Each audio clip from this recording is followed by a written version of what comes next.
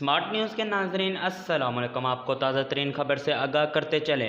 मुख्तलिफ शहरों में मोबाइल फ़ोन सर्विस बंद होना शुरू। हुकूमत ने 9 और 10 मुहर्रम उल हराम को मुल्क के मुख्तलिफ अज़ला में मोबाइल फ़ोन सर्विस बंद करने का फ़ैसला किया था, जिस पर अलमदार आमद शुरू कर दिया गया है।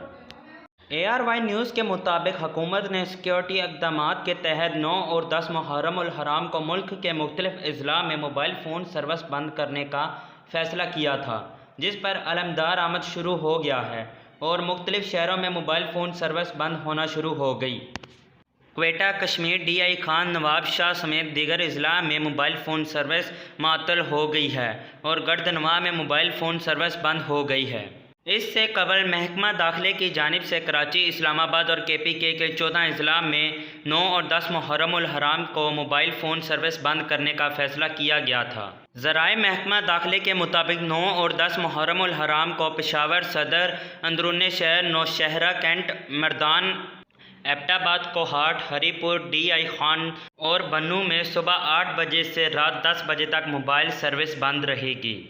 आज के लिए इतना ही। जाते जाते आपसे गुजारिश है, मेरे चैनल को सब्सक्राइब करें, दिए गए बेल आइकन को दबाएं और कमेंट में अपनी राय का इज़हार ज़रूर करें।